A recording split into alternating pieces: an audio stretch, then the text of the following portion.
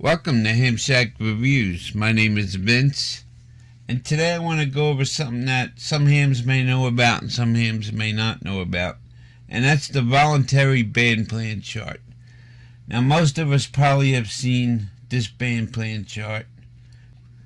It's the ARRL band plan chart, and it covers the bands and it covers the modes. You see it's still got the breakdown with the advanced in it, but it covers what modes you can use over here according to these colors. But it doesn't cover everything. Like, it doesn't really give you the call-in frequencies. And that's where the voluntary band plan chart comes in. You switch over to here, you got a voluntary band plan chart.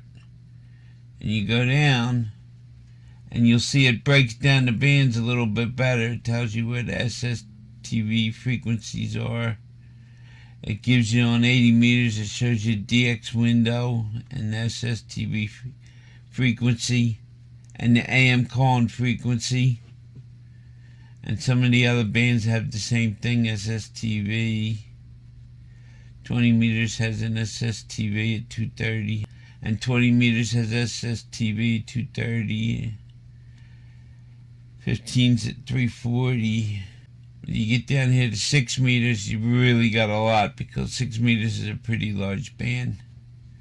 Some things you might not even know about is like the remote control frequencies for like remote controlled airplanes and helicopters.